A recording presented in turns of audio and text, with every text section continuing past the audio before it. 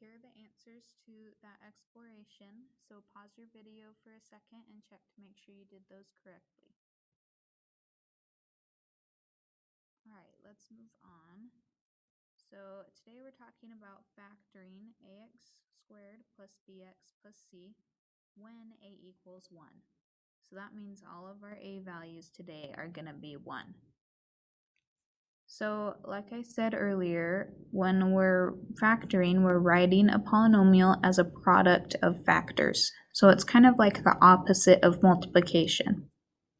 When you're multiplying, you might be given something like x plus 3 times x plus 5. And you have to fill out the sides of your box and then multiply inside your box.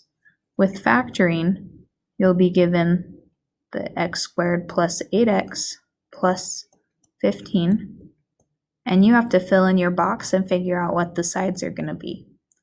So you would fill in the x squared in the first box and the 15 in the last box, and then we just have to figure out how we're going to put in 8x with these two boxes left.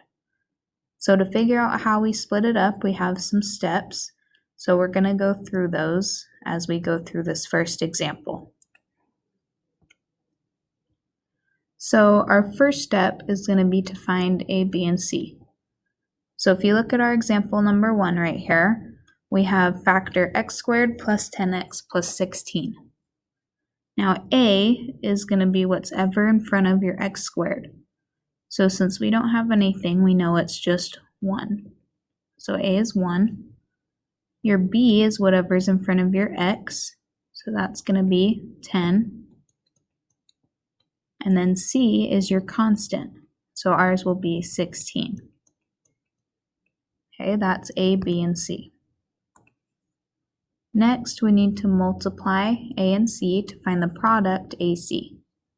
So that means we're going to do a times c, which a is 1 and c is 16. So we're doing 1 times 16, which gives us 16. So 16 is our product ac. Okay, next we need to find two factors that multiply to AC and add to B. So we just said our AC is this 16, so we need our factors to multiply to 16, and then we need them to add to B, which is 10. So if we find factors that multiply to 16, well, you could do 1 times 16, 2 times 8, 4 times 4, and those all will multiply to get you 16. Now we need to see if we add them up, which one will give us 10. So if we do 1 plus 16, well, that gives us 17, so that one doesn't work. What about 2 plus 8? Well, that one is 10, so that would work. And you can check the last one too. 4 plus 4 is going to be 8, which does not work. So we know the two factors that we're looking for are 2 and 8. Alright, next we're going to fill in our box. So we're going to draw our box, and we need to fill in the inside of it. So remember, your first term, that's going to go in your first box, the x squared.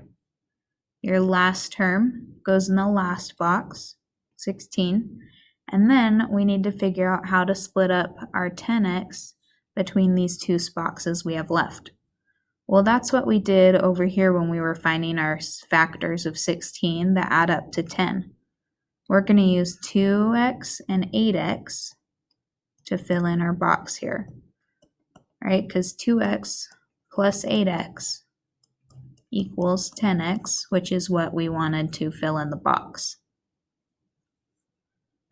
So now that we've got our box filled in, we just need to find the sides. So to find the sides, we're first going to look at x squared and 8x. What do they have in common? What is their greatest common factor? Well, they both have an x, right? You can multiply an x into x squared and into 8x. Well, if that side's going to be x, what does this top side need to be to give us our x squared? it would need to be x as well, right? X times x is x squared. And if that top side's x, what does this side need to be to give us 2x? Well, it would need to be 2. 2 times x is 2x. So if that side's going to be 2, what does this side need to be to give us 16? It would need to be 8, right? 8 times 2 is 16. And then you can double check your last box. We have x times 8. Is that 8x? Yes. So we know that we filled out our sides correctly. So your answer is just going to be those side lengths. We have x plus 2 times x plus 8. And that will be our answer. And if you wanted to check it, you can just by multiplying it back out. So if we have x plus 2 times x plus 8, and we just multiply everything back out, right? Or you could do it in the box. We'll get x squared plus 8x plus 2x plus 16.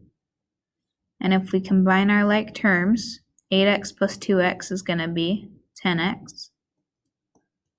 And if you look, that's what we started with. So we know that we found the correct answer. Okay, now I want you guys to try these 2 monitoring progress questions, and then at the beginning of the next video, I will give you the answers.